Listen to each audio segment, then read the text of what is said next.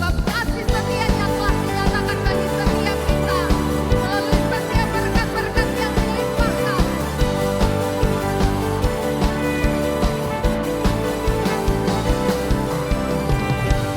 Kasih setiamu nyata bagiku, biar nikmat kebajikan sedia bagiku.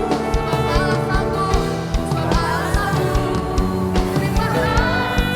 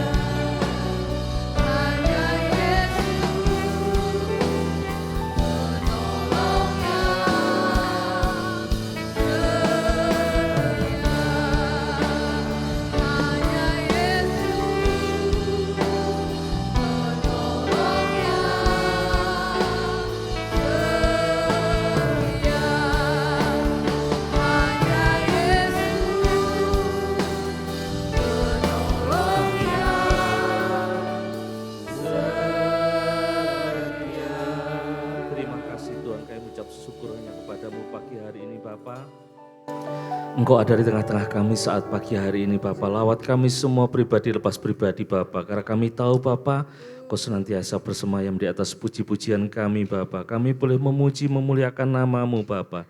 Biarkanlah Engkau siapkan hati kami, pikiran kami untuk mendengar firman-Mu Bapa. Urapi hamba-Mu, pakai hamba-Mu, berbicara lewat hamba-Mu. Biarkanlah kekudusan-Mu yang melingkupi hamba-Mu. Terima kasih Bapa. Kami mau sambut berkat firman-Mu pagi hari ini Bapa dengan penuh sukacita. Hanya di dalam nama Tuhan Yesus Kristus. Haleluya. Amin. Amin. Silakan duduk Bapak Ibu Saudara terkasih dalam Tuhan. Apa kabarnya Bapak Ibu Saudara? Luar biasa. Ya, karena ada Tuhan yang ada bersama-sama dengan kita. Penolong yang setia, yang kita kenal, kita panggil di dalam nama Yesus yang mengirimkan penolongnya yang setia dalam kehidupan kita, yaitu Roh Kudus yang bersama-sama dengan kita, membawa kita untuk lebih hari, lebih mengenal dan dekat dengan Tuhan. Amin. Pada pagi hari ini saya mengucap syukur buat kesempatan yang diberikan oleh Papi Mami dan Emak dalam pelayanan firman Tuhan pada pagi hari ini. Sama-sama Bapak Ibu Saudara, kita buka Alkitab kita di dalam kitab 1 Raja-Raja pasal yang ke-18. 1 Raja-Raja pasal yang ke-18. Kita akan membaca ayatnya yang ke-21. 1 Raja-Raja 18 ayat 21. Jika Bapak Ibu Saudara sudah menemukan, katakan amin. Kita baca bersama dalam hitungan yang ketiga. 1 Raja-Raja 18 ayat 21. 1, 2, 3. Lalu Elia mendekati seluruh rakyat itu dan berkata, "Berapa lama lagi kamu berlaku timpang dan bercabang hati? Kalau Tuhan itu Allah, ikutilah Dia, dan kalau Baal itu ikutilah dia." Tapi rakyat itu tidak menjawabnya sepatah kata pun. Puji nama Tuhan Bapak Ibu Saudara. Yang menjadi judul kebenaran firman Tuhan kita pada pagi hari ini, tantangan di Karmel. Ya, jadi kita melihat Bapak Ibu Saudara bahwa peristiwa ini sepanjang dari ayat 20 sampai ayat ke-46 kita dapat mengikutinya bahwa di situ ada perikop yang berkata bahwa Elia di Gunung Karmel.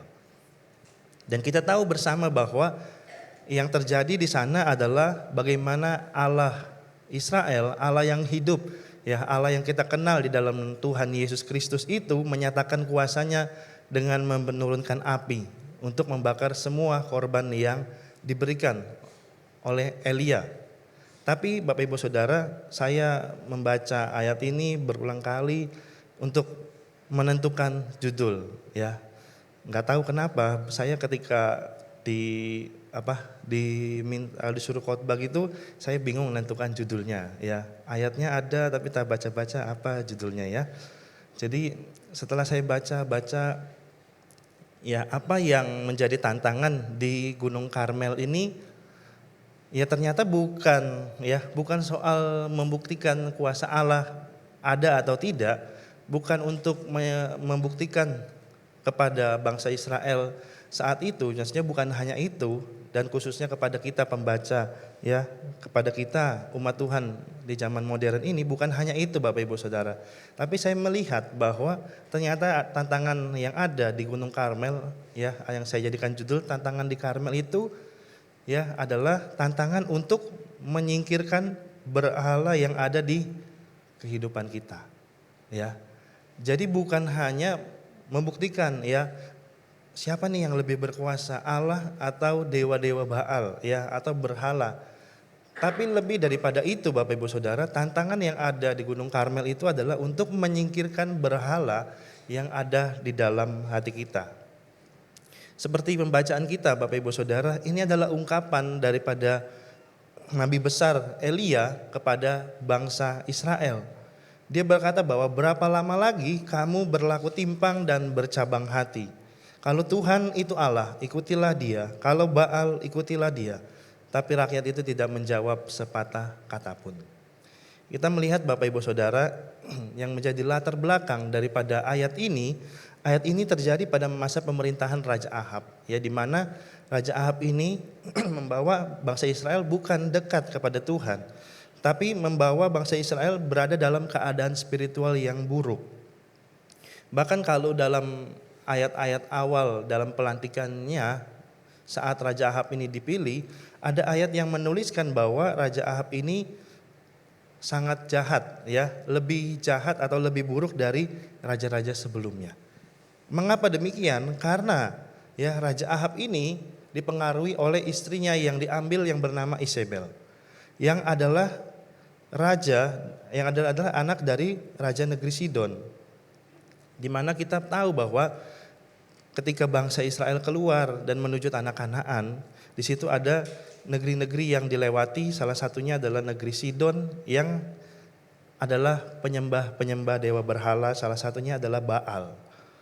Jadi kita melihat Bapak Ibu Saudara, latar belakangnya adalah adanya penyembahan berhala, adanya penyembahan yang selain kepada Tuhan masuk ke dalam kehidupan bangsa Israel. Dan inilah yang menjadi introspeksi kita bersama Bapak Ibu Saudara sebagai umat Tuhan di akhir zaman. Di mana kata berhala, ya di situ kita kenal juga dalam bahasa Inggris adalah idol. Ya, menggunakan terjemahan umum dari kata Yunani yaitu eidolon, yang secara harfiah memiliki pengertian patung atau rupa-rupa yang disembah atau false god. Memberhalakan adalah satu perasaan rasa suka terhadap sesuatu melebihi rasa kagum kita kepada Tuhan. Jadi apa yang diungkapkan oleh Elia kepada umat Tuhan hari itu, Bapak Ibu Saudara, juga digaungkan dalam firman Tuhan pada pagi hari ini, Bapak Ibu Saudara. Apa yang menjadi sembahan kita sampai hari ini? Ya, detik ini kita sedang melakukan penyembahan kepada siapa? Mungkin Bapak Ibu Saudara berkata, oh ya kepada Tuhan dong ya, karena lagi di gereja gitu kan, hari ini, detik ini, saat ini gitu kan.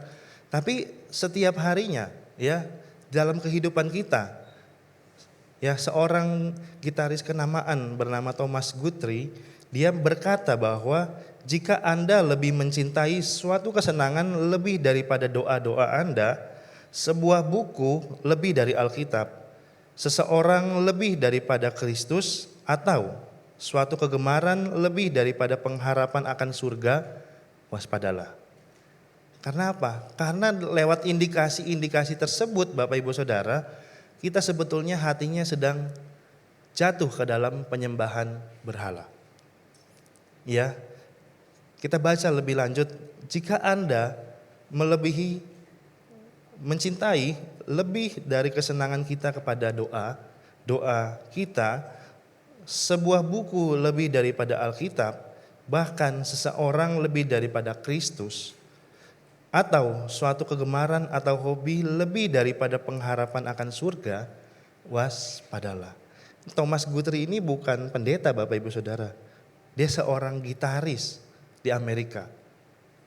Dia menyimpulkan ya dia dapat satu kalimat yang luar biasa. Jadi dia ini yang menyampaikan kata-kata ini ya, yang menyampaikan quotes ini bukan seorang pendeta.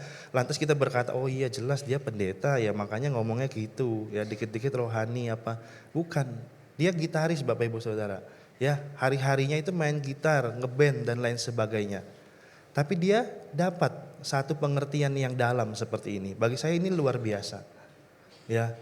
Jadi dia bukan orang yang memang ada di hal-hal yang rohani ya. Tapi dia adalah seorang gitaris yang hari-harinya dia sibuk ya dengan ya seperti biasa, seperti Bapak Ibu Saudara yang ada di dunia kerja ibaratnya ya. Bahkan di ranah yang dikatakan sebagai kegemaran ya, yang adalah hobinya dia salurkan akhirnya menjadi profesi, menjadi seorang gitaris. Jadi kita melihat dia menyampaikan bahwa adanya indikasi-indikasi di mana kita hatinya mulai berpaut kepada berhala. Ya bahkan kita melihat lebih jauh. Ya, apa kata Alkitab? Ya, what the Bible says. Apa yang menjadi kata Alkitab? Keluaran 20 ayat 3 kita tahu bahwa Keluaran 20 itu berisi dalam perikopnya yang pertama berisi tentang 10 hukum Taurat. Ya, salah satu di antaranya ayat yang ketiga ini dikatakan bahwa jangan ada padamu Allah lain di hadapanku. Jadi kita melihat Bapak Ibu Saudara, Jangan ada padamu Allah lain di hadapanku. Ini disampaikan mungkin sedikit menjawab ya, mungkin pertanyaan yang simpang siur di sana sini yang berkata, loh hukum Taurat kan di perjanjian lama, kalau gitu udah nggak berlaku lagi dong, ya dan lain sebagainya. Ya, ada perdebatan di sana sini. Tapi saya mau menyatakan bahwa bukan menyatakan bahwa hukum Taurat berlaku lagi, bukan. Tapi ada prinsip-prinsip kebenaran yang akhirnya menghantar kita ya kepada apa yang menjadi tulisan ya lewat Roh Kudus kepada penulis-penulis yang ada di dalam perjanjian baru. Salah satunya adalah tentang hal ini. Jangan ada padamu Allah lain di hadapanku. Ini hukum yang berkeberapa Bapak Ibu Saudara? Yang dari 10 hukum Tauratnya, yang ini hukum keberapa? Hukum pertama ya Bapak Ibu Saudara. Kita tidak lupa ya sila Pancasila yang pertama adalah ketuhanan Maha Esa ya. Jadi semua dimulai berangkat dari Tuhan ya. Berangkat dari Allah. Makanya di sini ya Musa nggak bilang, oh siapin kalau mau jadi bangsa yang besar tentaranya harus hebat, latihan militer ya dan lain sebagainya. Bukan, tapi Musa menyampaikan apa yang ditulis oleh Tuhan dari tangannya sendiri, bahwa jangan ada Allah lain di hadapanku. Ya, bukan di hadapan orang lain Bapak Ibu Saudara, tapi itu jelas-jelas tertulis di hadapanku. Ya, yang adalah Tuhan itu sendiri. Jadi kita nggak bisa bersembunyi, kita nggak bisa main sandiwara Bapak Ibu Saudara. Ya mungkin kepada orang-orang di dekat kita bisa kelihatannya rohani. Ya karena apa? Karena kelihatan dari mata jasmani. Ya hanya kelihatan lewat mata jasmani kita. Tapi jangan lupa hukum Taurat berkata ini, jangan ada padamu Allah lain di hadapanku. Ya di hadapan Tuhan. Tuhan yang mengenal hati. Ya Tuhan yang tahu setiap hati kita. Bahkan hari ini Bapak Ibu Saudara, saat ini kita ada bersama-sama di rumah Tuhan. Tuhan tahu hati kita. Apakah betul jangan ada padamu Allah lain di hadapanku? Ya, apakah betul Allah lain ini tidak ada dan hanya ada Tuhan itu sendiri? Mengapa? Ya, mengapa penyembahan berhala ini satu hal yang menjadi concern ya di dalam Alkitab? Dari sekian banyak ya topik-topik yang dibahas dalam Alkitab, ini salah satu yang dikonsentrasikan Bapak Ibu Saudara menjadi perhatian khusus. Kenapa? Dalam ayat perjanjian baru di situ dikatakan dalam surat 1 Yohanes pasal yang kedua ayat yang ke-15 di situ berkata bahwa jikalau orang mengasihi dunia maka kasih akan Bapa tidak ada di dalam orang itu. Ya jadi gimana caranya kita bisa mengasihi dunia? Yaitu ya kalau ada Allah lain di hadapan Tuhan. Ya kalau ada Allah lain di hidup kita. Contoh, aduh sakit ya. Ada jemaat kemarin anaknya sakit terus datang ke pastori minta doa sama emakku.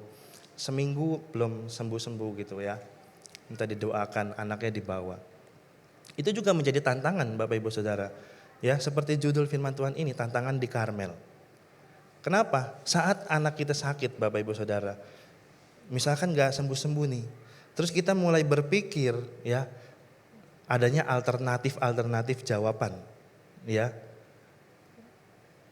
Kita jalan mungkin ya naik kendaraan, terus kita lihat ada pengobatan alternatif gitu. Wah ini ya, kayaknya anakku bisa nih dibawa ke sini nih ya. Dibawa ke situ gak sembuh juga. Terus kata orang-orang, nah biasa ya netizen mulai bersuara ya, tetangga-tetangga mulai bilang, ayo bawa aja ke orang pinter ya. Tantangan di Karmel Bapak Ibu Saudara ya. Jadi tantangan kita, sejak kapan kita mengasihi dunia? Sejak kita mulai menimbulkan Allah lain ya dalam hati kita. Sejak kita mulai menimbulkan Allah lain dalam kehidupan kita. Itu baru anak yang sakit Bapak Ibu Saudara. Bagaimana kalau diri kita sendiri yang sakit Bapak Ibu Saudara? Aduh gimana ini sakit ya, gak waras-waras ya gitu kan. Kesini kesana ya apa ya. Jadi Bapak Ibu Saudara, Alkitab ini berbicara tentang hal yang sehari-hari. Saya sering menyampaikan dalam renungan di sekolah, saya selalu mengatakan bahwa Alkitab itu sebetulnya bicara tentang hal-hal sehari-hari, bukan hal-hal yang ngawang-ngawang di atas terus kita bingung, ya. Enggak, berbicara hal-hal yang aplikatif, yang bisa diterapkan di kehidupan sehari-hari. Jadi kita melihat Bapak Ibu Saudara, ketika kita mengasihi dunia, ketika Tuhan mendapati hati kita bahwa ada Allah lain, ya, di situ ada konsekuensinya Bapak Ibu Saudara yang otomatis, ya, yang automatically akan terjadi bahwa maka kasih akan Bapa tidak ada dalam orang itu, ya. Jadi kita nggak bisa ngomong, aduh tapi kan saya masih ke gereja om, saya masih ikut ibadah, masih ikut pelayanan. Iya, tapi jangan lupa, jangan ada Allah lain di hadapan Tuhan, ya. Bukan di hadapan hamba-hamba Tuhan. Mungkin seringkali, ya, hal-hal yang secara jasmani bisa tertipu, ya. Masih ibadah om, masih pelayanan om, ya, wadah-wadah masih datang om. Tapi, ya, di hadapan Tuhan kita nggak bisa bohong Bapak Ibu Saudara. Tuhan mengenal dan mengerti hati kita. Jadi kita mau jujur Bapak Ibu Saudara ketika kita datang sama Tuhan. Apakah hari-hari ini, ya, kita sedang menghadapi tantangan di Karmel ini dalam kehidupan kita. Kata Karmel berarti kelimpahan gandum. Kita tahu bahwa orang Israel salah satu panennya selain daripada anggur adalah gandum. Jadi ibaratnya kalau mau dikatakan Karmel ini berbicara tentang satu berkat yang luar biasa, tapi ada tantangan Bapak Ibu Saudara. Ya, satu berkat yang luar biasa. Karena apa? Yang disembah oleh orang Israel yang sehingga dia meninggalkan Tuhan adalah dewa Baal namanya Bapak Ibu Saudara. Dewa Baal yang identik dengan dewa kesuburan. Ya. Kalau Bapak Ibu Saudara kita mulai mendengar, ya, masukan-masukan yang tidak sesuai dengan firman Tuhan, seperti Mazmur pasal yang pertama, ya, dikatakan bahwa berbahagialah orang yang tidak duduk dalam kumpulan pencemooh, tidak berjalan di dalam nasihat orang fasik, ya, yang tidak berdiri di jalan orang berdosa. Kapan Bapak Ibu Saudara? Ketika kita dengerin mau buka usaha, mau buka usaha jangan di sini, kurang strategis, harus ngadepnya, ya, ngadep barat, beno cuan, ya. Kita mulai mendengar, ya, dikatakan bahwa dalam Alkitab sebelum kita tahu, Alkitab sudah tulis, berbahagialah mereka yang tidak berjalan dalam nasihat orang fasik. Sering lihat dulu di TV, di iklan, ya, kamu tidak cocok di air, ya kan, kamu tidak cocok kerja di ini, ya, ketik Rex spasi primbon, ya kan. Nah, yang mulai putus asa ketika lihat iklan, oh itu kayaknya, ya kan, langsung cepat-cepat ambil AHP, ya kan. Jadi hal-hal yang seperti ini Bapak Ibu Saudara sehari-hari kita temui, ya.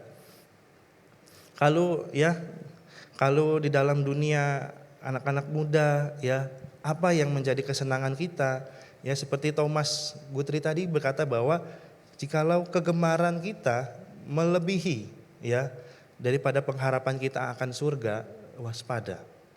Thomas Guthrie ini seseorang yang punya hobi, bukan orang yang terlibat di dalam ranah rohani, ya. Dia adalah seorang gitaris, senang punya hobi, ya. Tapi dia berkata kalau udah lebih daripada pengharapan kita akan surga, waspada. Anak-anak muda hari-hari ini tantangannya apa? Kalau enggak game, ya, hobi-hobinya yang lain, ada olahraga, ya, ada motoran, lain sebagainya. Ya, bisa sebut satu persatu. Kalau lebih daripada pengharapan kita akan surga, apa sih maksudnya pengharapan akan surga? Ya, wis yang gampang-gampang aja, ya. Kalau kita lebih milih motoran, lebih pilih main game, lebih pilih turnamen Mobile Legends dan lain sebagainya daripada ibadah, nah itu dikatakan waspada. Ya, nggak usah yang jauh-jauh, nggak usah yang ngawang-ngawang Bapak Ibu Saudara. Kalau lebih daripada itu meninggalkan ibadah, aduh saya nggak ibadah karena ada turnamen Mobile Legends, ya itu dikatakan waspadalah.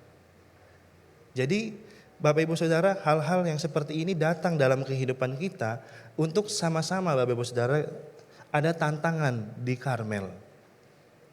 Ya, ada tantangan ketika kita berada di Karmel. Tuhan memberkati dengan kelimpahan gandum. Tuhan memberkati kita.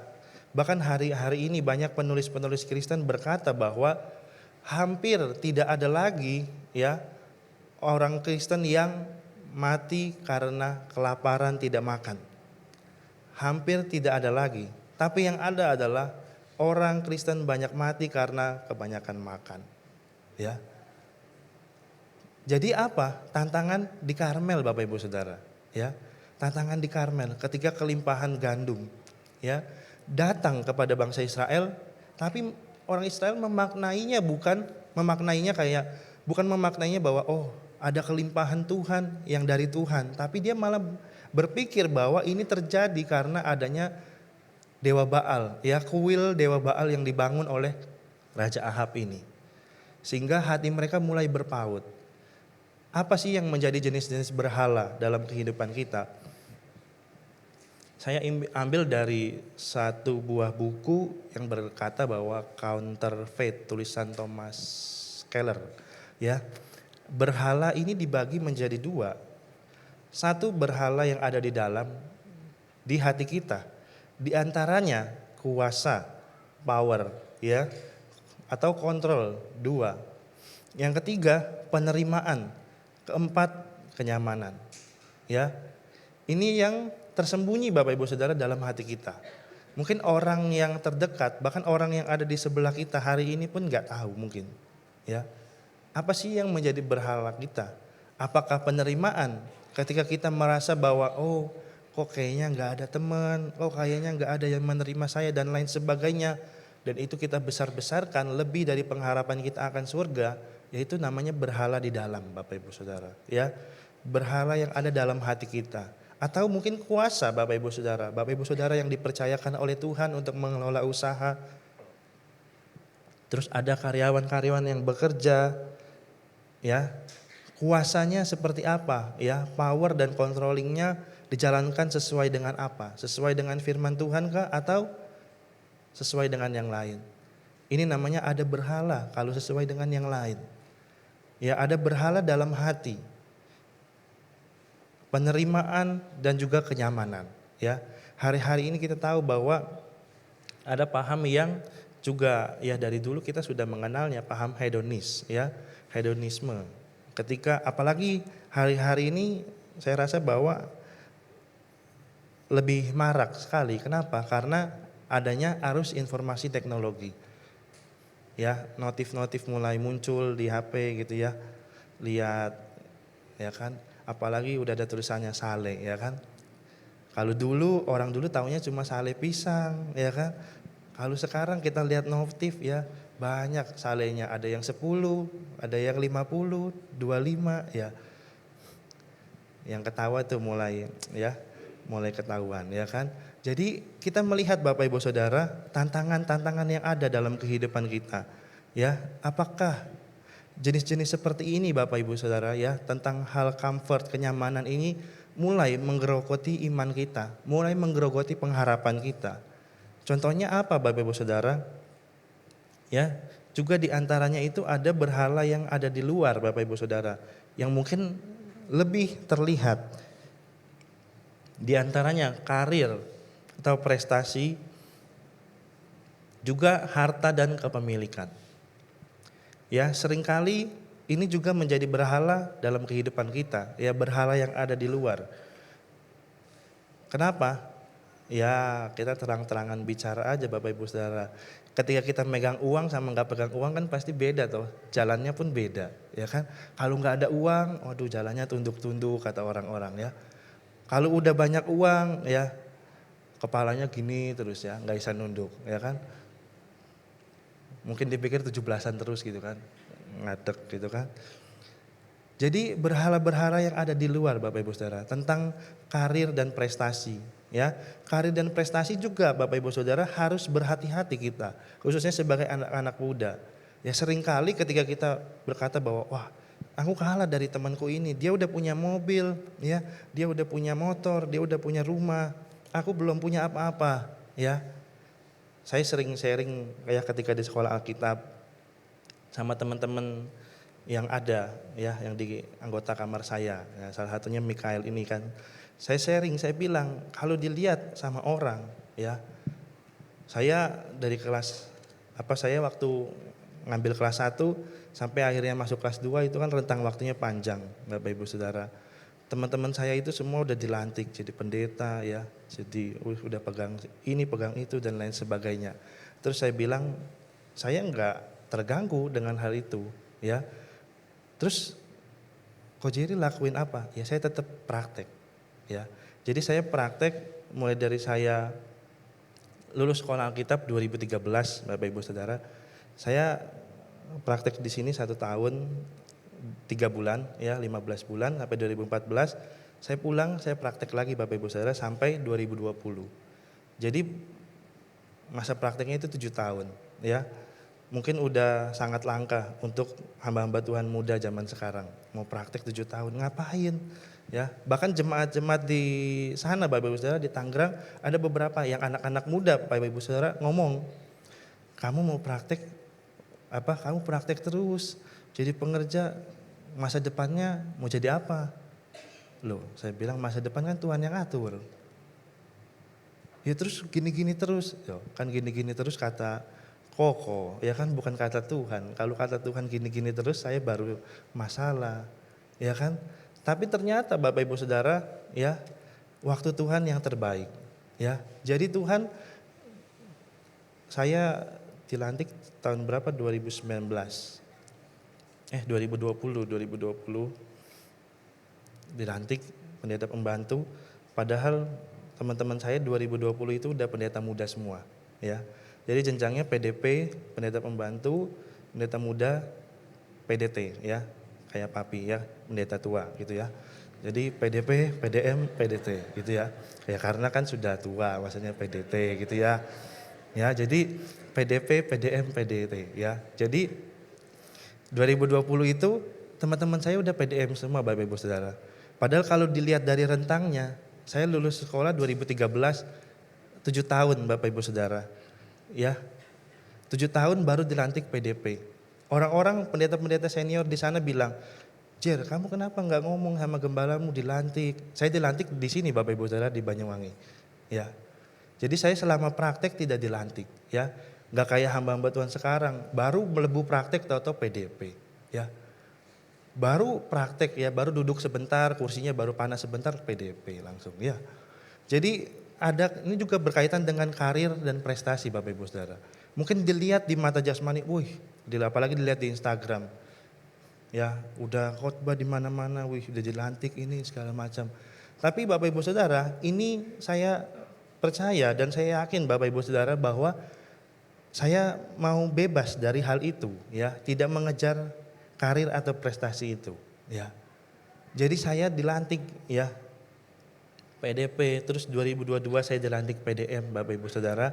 Itu sesuai dengan 2022 sesuai dengan jenjangnya.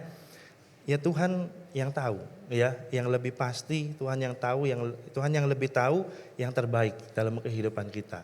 Jadi yang pasti yang kita harus pastikan adalah kita harus mengeluarkan hal-hal yang menjadi berhala dalam kehidupan kita Bapak Ibu Saudara. Jadi jangan karena karir, ya bukan berarti kita Bapak Ibu Saudara yang ada di dunia pekerjaan bukan berarti nggak boleh kerja, bukan nggak boleh merintis karir, bukan. Tapi bukan itu fokusnya Bapak Ibu Saudara. Ya, fokusnya Tuhan. Ya, fokusnya Tuhan. Saya yakin dan percaya sampai hari ini saya percaya. Jadi ketika saya waktu di Instagram waktu itu ya, terus teman-teman saya pada tahu saya mau menikah, terus mereka semua pada chat semua ya. Jer, kapan nikahnya dan lain sebagainya. Wah, pertanyaannya panjang. Kenapa? Karena saya nggak pernah kelihatan post jalan sama cewek, nggak pernah ya. Jadi ketika menikah, tanya-tanya dan lain sebagainya ya. Terus menikah di mana dan lain sebagainya. Dan sampai sini Bapak Ibu Saudara, saya tahu bahwa ada yang saya keluarkan ya, tidak tinggal dalam hati saya menjadi berhala. Ya, tentang karir atau prestasi. Orang-orang mungkin di luar sana ya mungkin menjadikan ini nomor 1 ya, karir atau prestasi. Wah, diundang di mana-mana ya. Bersyukur juga Bapak Ibu Saudara, satu teladan yang baik ya dari Bapak Gembala.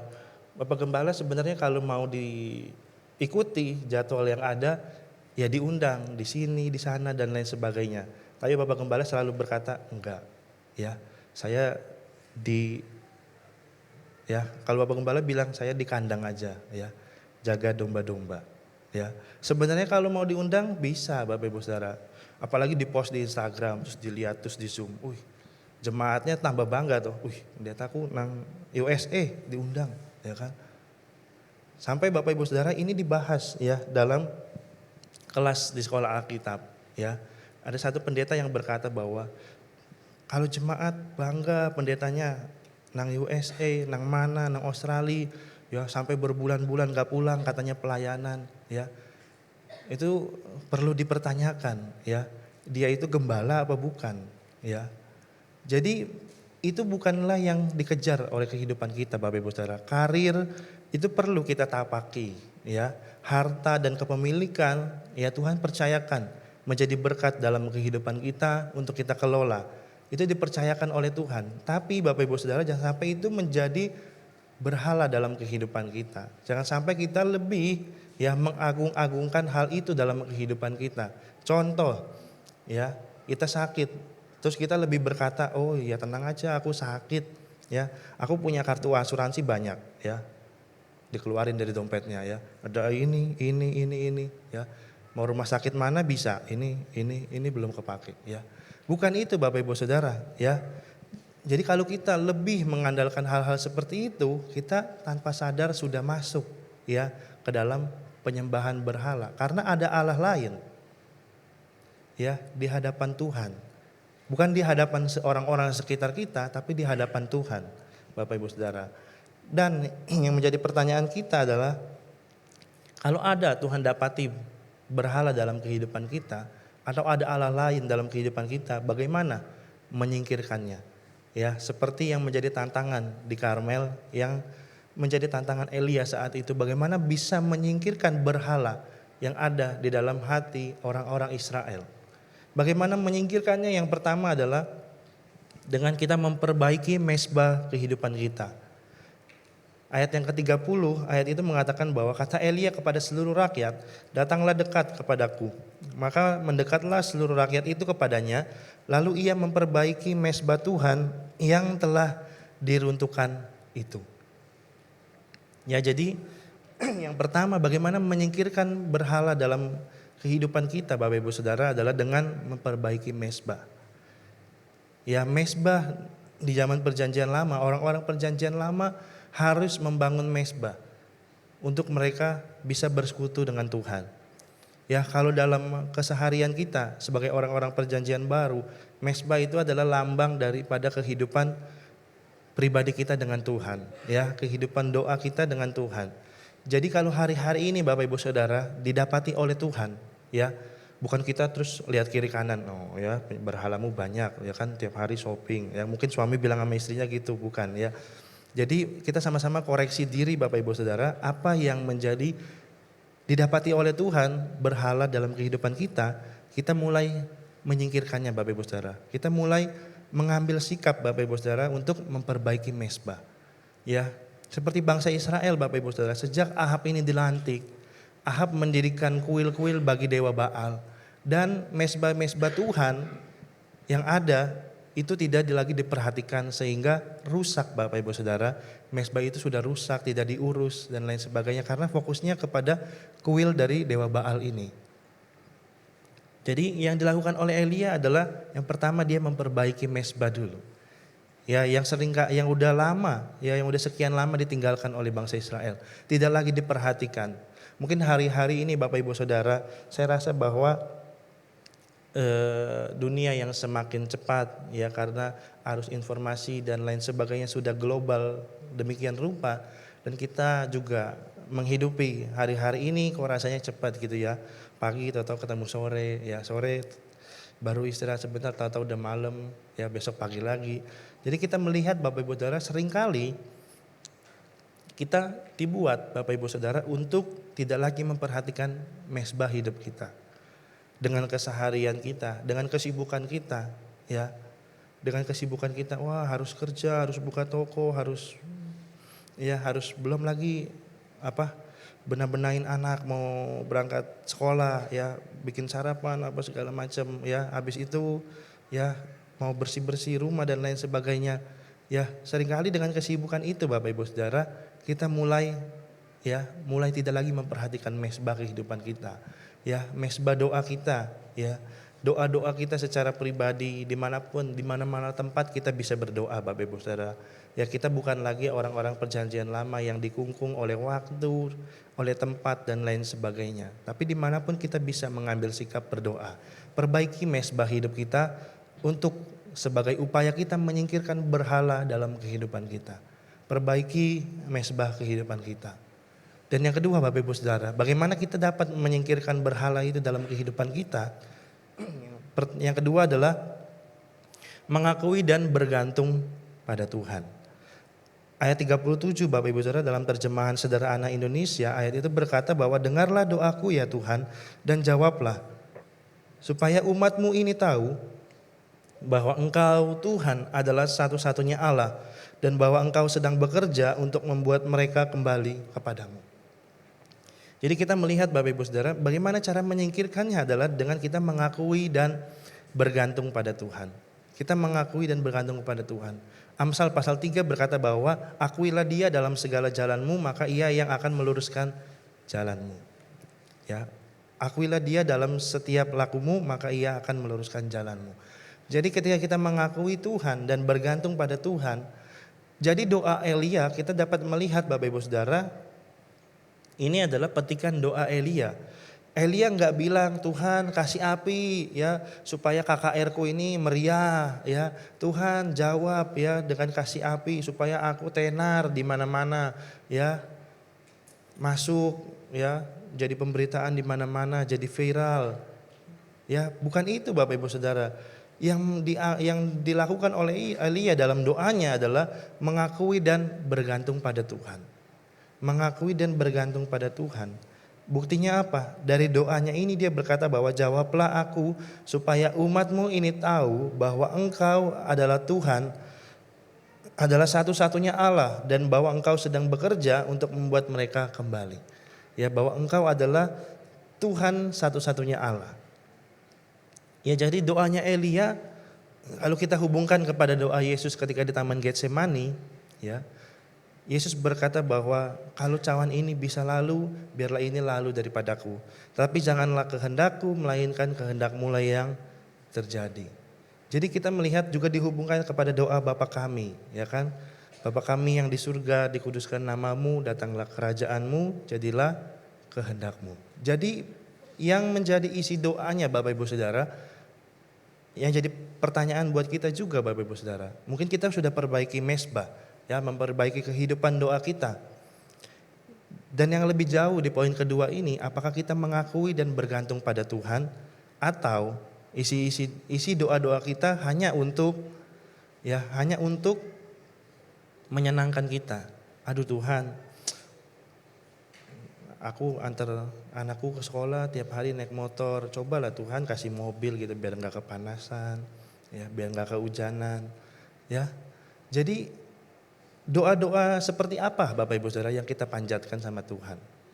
Ya, bukan berarti fasilitas itu tidak penting atau berdosa, ya. Bukan. Tapi doa seperti apa? Muatan doa kita seperti apa Bapak Ibu Saudara? Muatan doa kita adalah mengakui dan bergantung pada Tuhan atau tidak. Lagi-lagi dikatakan bahwa jangan ada Allah lain. Jadi kalau kita berdoa pun Bapak Ibu Saudara jangan ada Allah lain. Ya, di hadapanku. Saya kalau berdoa Bapak Ibu Saudara dari dulu saya nggak pernah bilang, oh Tuhan temukan saya ya dengan jodoh yang ini, nggak pernah. Ya, saya cuma berdoa Tuhan kalau memang sudah waktunya Tuhan kasih yang terbaik. Jadi nggak minta ini ngawang-ngawang ya. Jadi yang jelas Bapak Ibu Saudara ya doanya yang jelas mengakui dan bergantung pada Tuhan. Jadi itu kelihatan Bapak Ibu Saudara. Mungkin orang-orang di sekitar kita nggak tahu. Tapi Tuhan tidak bisa disembunyikan, ya, tidak bisa bersembunyi di hadapan Tuhan. Dia tahu. Tuhan mengenal hati. Kita berdoa untuk anak-anak kita berdoa untuk apa? Ya. Kalau saya setiap malam ajak Jose berdoa, Tuhan berkati Jose, ya. Kasih Jose talenta, kepintaran, jadi pribadi yang rendah hati untuk memuliakan Tuhan, membawa jiwa-jiwa kepada Tuhan. Jadi saya nggak bilang Tuhan kasih Jose kaya, mobilnya 10, motornya 5, rumahnya enggak, ya. Jadi muatan doanya jelas Bapak Ibu Saudara. Muatan doa itu kelihatan, ya. Apalagi di mata Tuhan. Kita berdoa buat anak-anak kita untuk apa sih? Ya. Supaya mereka itu apa? Ya. Karena banyak Bapak Ibu Saudara, anak-anak yang akhirnya berhasil kaya, ya. Wis udah keliling dunia nang dindi gitu ya. Tapi tidak memuliakan Tuhan Bapak Ibu Saudara. Buat apa? Ya. Saya ingat bahwa ada cerita klasik, ya, di cerita klasik ini berkata bahwa ada seorang muda di Jerman, dia udah kuliah, ya, udah jadi ilmuwan terkenal, terus dia pulang ke kampungnya di Jerman. Dia ketemu oleh uskupnya yang sudah tua. Dia cerita, ya, keberhasilannya dan lain sebagainya. Pak, Ayah Romo, tahu gak, saya ini summa cum laude, saya lulus dengan sebagai lulusan terbaik.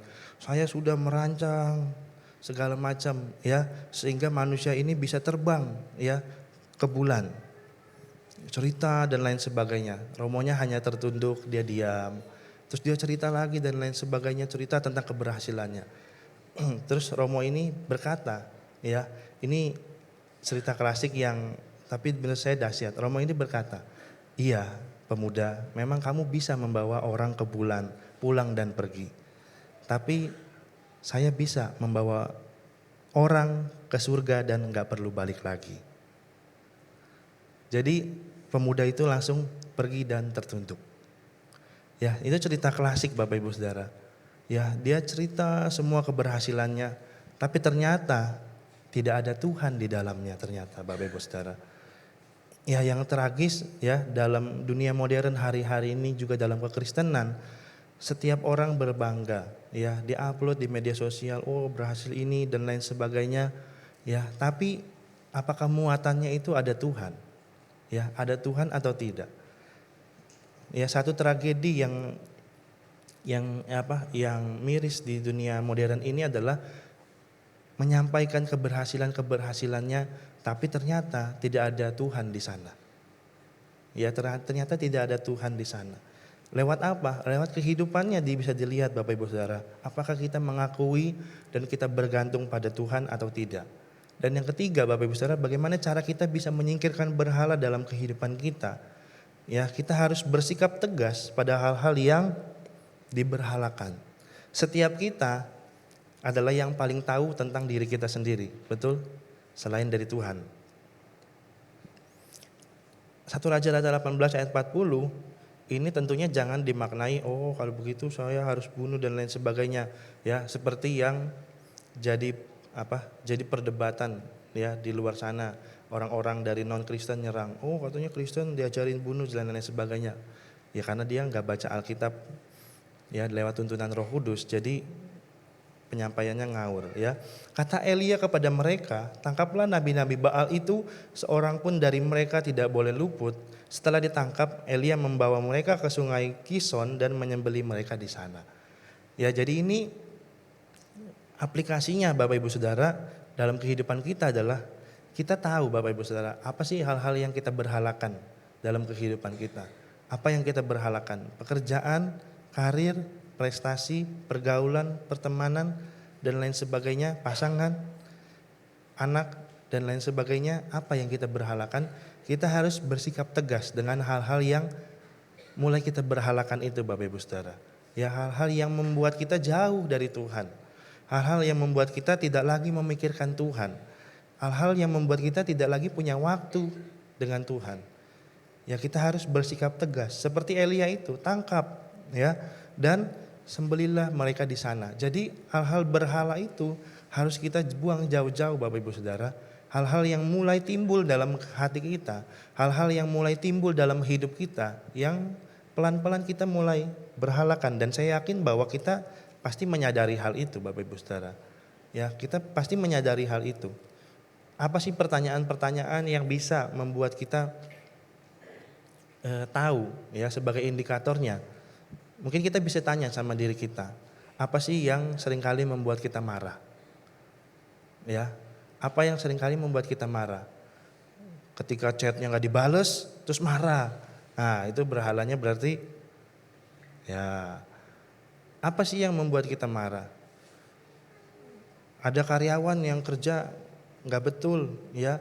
Terus kita marah ya. Pagi ketemu pagi, sampai pagi lagi, ya. Berhalanya, ya pelan-pelan mulai tahu, ya. Lewat pertanyaan-pertanyaan sederhana seperti itu, Bapak Ibu Saudara. Dan apa yang tidak ada dalam kehidupan kita yang membuat kita marah? Handphoneku nggak ada, ya. Terus semua dimarahi di rumah, ya berarti berhalanya. Jadi hal-hal seperti itu Bapak Ibu Saudara dapat kita telusuri Bapak Ibu Saudara. Apa yang membuat kita tersinggung, apa yang membuat kita marah, meledak-ledak sampai sedemikian rupa, ya jangan-jangan itu berhala dalam kehidupan kita. Atau hal-hal yang mulai kita berhalakan dalam kehidupan kita Bapak Ibu Saudara. Bukan berarti kita tidak boleh mengatur dengan baik, bukan berarti kita tidak boleh menasihati orang, anak dan lain sebagainya, bukan. Ya, tapi kita yang lebih tahu Bapak Ibu Saudara, yang menjadi berhala dalam kehidupan kita. Dan saya yakin dan percaya bahwa setelah kita mendengar firman ini, kita sama-sama mau untuk membuang berhala-berhala itu dalam kehidupan kita, menjauhkan hal-hal itu dalam kehidupan kita, dan putus hubungan dengan hal-hal yang seperti itu Bapak Ibu Saudara. Sehingga kita melihat Bapak Ibu Saudara bahwa ada berkat yang dari Tuhan yang nantinya akan datang dalam kehidupan kita, ya, yang berlawanan dari yang tertulis dalam 1 Yohanes 2 tadi. Kalau 1 Yohanes 2 berkata bahwa ketika orang mengasihi dunia, kasih akan Bapa tidak ada dalam kehidupannya. Ayat-ayat selanjutnya, ya, selain ada keinginan mata, keinginan daging, keangkuhan hidup, tetapi orang yang percaya akan hidup selama-lamanya. Jadi ada berkat Tuhan yang memelihara kehidupan kita. Ada berkat Tuhan yang menjaga kita, yang membuat kita boleh hidup benar di hadapan Tuhan. Dan yang terakhir Bapak Ibu Saudara, bagaimana kita bisa menyingkirkan berhala dalam kehidupan kita adalah dengan menjalani hidup yang baru di dalam kekudusan. Kolose 3 ya, ayat yang kelima dan ayat yang ke-10, suratan itu berkata bahwa karena itu matikanlah dalam dirimu segala sesuatu yang duniawi, yaitu percabulan, kenajisan, hawa nafsu, nafsu jahat dan juga keserakahan yang sama dengan penyembahan berhala. Ya. Jadi yang tadi itu tuh ya sama dengan penyembahan berhala Bapak Ibu Saudara. Dan ayat yang ke-10, dan telah mengenakan manusia baru yang terus-menerus diperbaharui untuk memperoleh pengetahuan yang benar menurut gambar haliknya, ya, menurut gambar penciptanya. Jadi hal-hal yang tadi itu Bapak Ibu Saudara, percabulan, kenajisan, hawa nafsu, nafsu jahat, keserakahan yang sama dengan penyembahan berhala. Ya, jadi kalau ada orang yang bilang, kalau tamak, serakah itu dosa gak ya? Ya kira-kira dosa apa enggak ya? Yang sama dengan penyembahan berhala. Jadi apalagi dalam usia-usia Bapak Ibu Saudara yang masih dalam usia produktif ya, bekerja itu baik. Tapi kalau kehidupan kita sudah dipenuhi dengan ketamakan dan keserakahan Bapak Ibu Saudara, kita ya tidak bisa lagi membuat diri kita tetap teguh kepada Allah, yaitu Tuhan. Ya karena ada Allah lain yang mulai timbul. Dan keserakahan dan ketamakan itu Bapak Ibu Saudara sama dengan penyembahan berhala.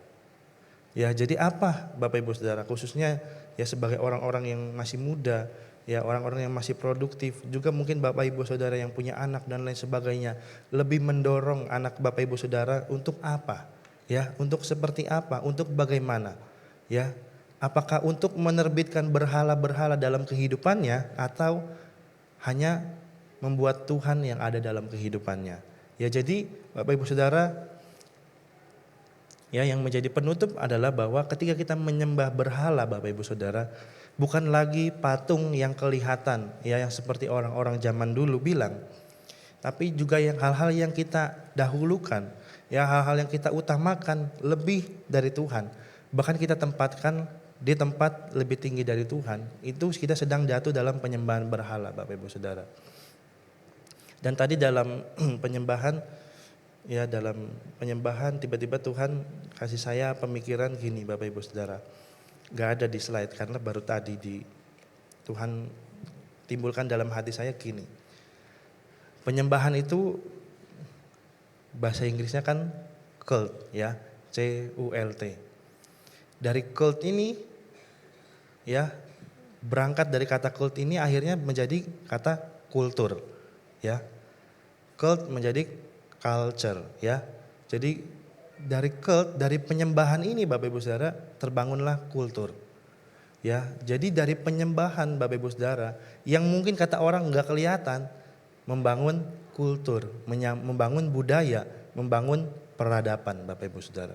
Jadi siapa yang kita sembah, kita akan menjadi yang disembah. Ya, orang kalau menyembah pohon lama-lama, ya, jadi kayak pohon, ya kan. Orang kalau menyembah Tuhan jadi seperti Tuhan, ya, karena keserupaan dengan Tuhan. Roma 8 ayat 29, ya, yang kita diciptakan menurut gambar dan rupa Allah, rupa Tuhan, ya, rupa Tuhan yang Maha Kuasa yang kita kenal dalam nama Tuhan Yesus Kristus. Kita sembah Dia Bapak Ibu Saudara, maka kultur yang ada dalam kehidupan kita, keturunan kita, cucu kita, bahkan keluarga besar kita Bapak Ibu Saudara, budayanya adalah budaya penyembahan kepada Tuhan. Itu Bapak Ibu Saudara. Jadi hal yang tersembunyi mungkin kita nggak sadar, mungkin juga nggak kelihatan sama orang lewat penyembahan. Ya, apa yang kita sembah, apa yang kita agung-agungkan, itu akan membangun kultur kita, budaya kehidupan kita, budaya keluarga kita. Dan kiranya Tuhan menolong kita untuk kita menjadikan Tuhan sebagai yang satu-satunya dalam kehidupan kita. Tuhan memberkati kita semua. Kita tutup Alkitab kita mau naikkan pujian, selain Kau tiada yang lain.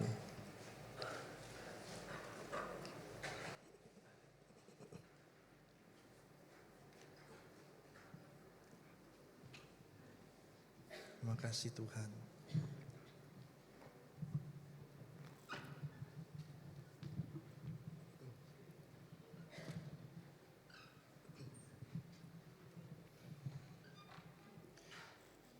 Selain Kau tiada yang lain Tuhan.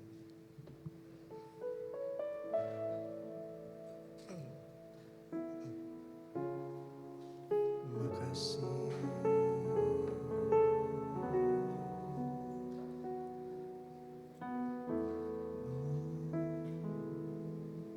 Selain Kau tiada yang lain, ada padaku di surga. Selain Kau tiada yang lain, yang kuingini di bumi, yang kuingini di bumi. Sekalipun dagingku dan hatiku habis lenyap, gunung batuku dan bagianku, tetaplah Allah selama-lamanya. Naikkan pujian ini dari awal. Selain Kau tiada yang lain.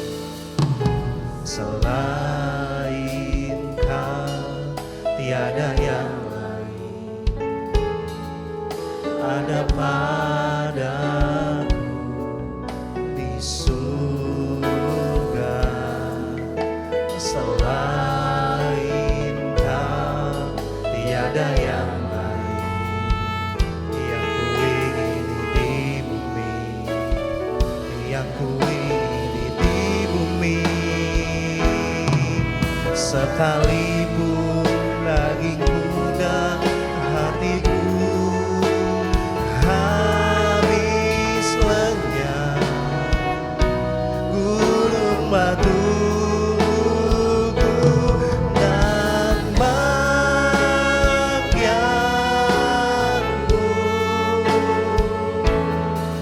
tetaplah Allah selama, katakan sekalipun dagingku dan hatiku habis lenyap, gunung batuku dan bagianku, tetaplah Allah selama-lamanya. Katakan pujian ini dari awal. Mari bangkit berdiri Bapak Ibu Saudara.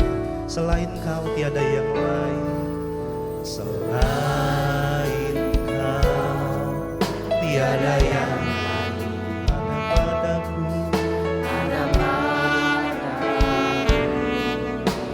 Yesus, selain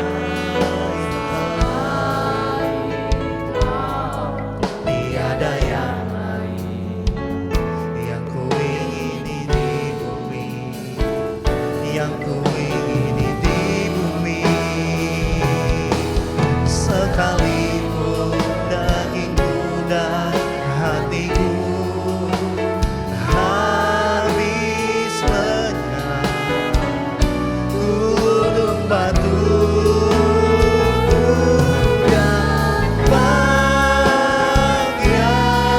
bagianku, tetaplah selama, katakan sekalipun dagingku dan hatiku habis lenyap, gunung batuku dan bagianku,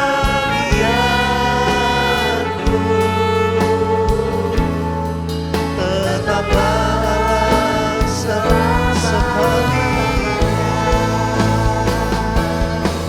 sekalipun dagingku dan hatiku habis.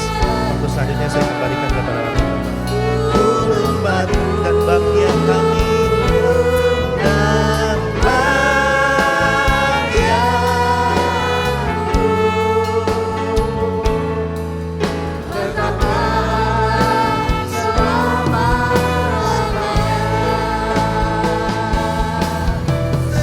sekalipun dagingku dan hatiku habis lenyap, gunung batuku dan bagianku, tetaplah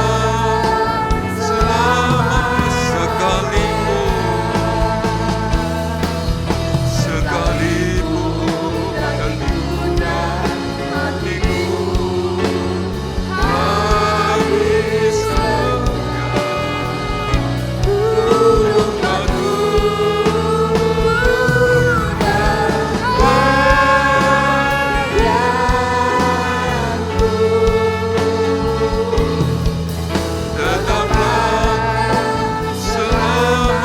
tetaplah kau selama-lamanya, tetaplah selama-lamanya.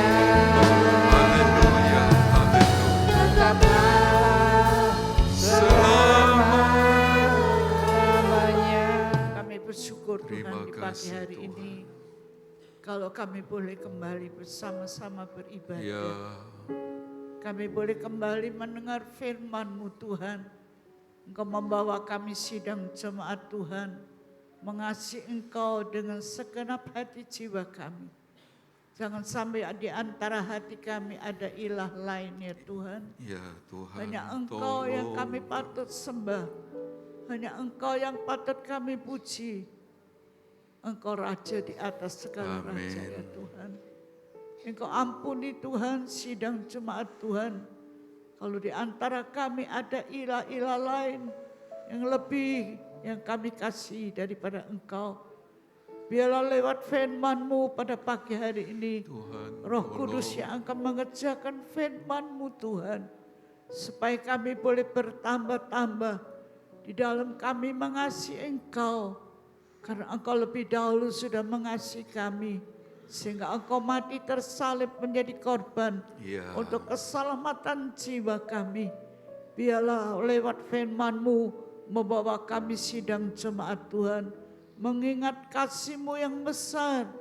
Engkau yang kami patut sembah. Amin. Engkau yang patut kami agungkan ya Tuhan. Benar Tuhan. Engkau tolong kami, kuatkan iman kami, tambahkan kasih kami untuk kami bertambah-tambah di Amin. dalam mengasihi Engkau ya Tuhan.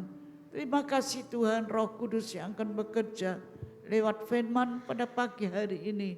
Engkau lembutkan hati kami Amin. untuk kami menerima kasih-Mu, menerima firman-Mu pada pagi hari ini. Tuhan, Engkau tolong kami semua, sidang jemaat Tuhan. Engkau memberkati kami dengan berkat-berkat ilahi. Berkat iman, kasih kami bertambah di dalam Engkau.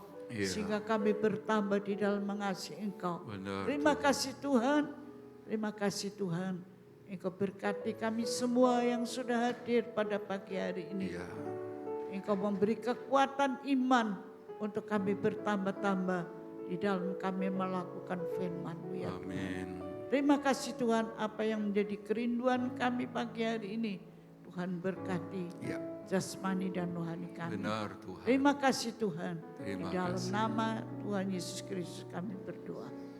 Haleluya. Amin. Puji Tuhan. Ya, Bapak Ibu sudah bersuka cita pagi ini. Tadi dengar khotbah saya ingat Ibu Lee Seong, saudara-saudara. Yang anjurkan saya semir supaya hitam. Sebab supaya tidak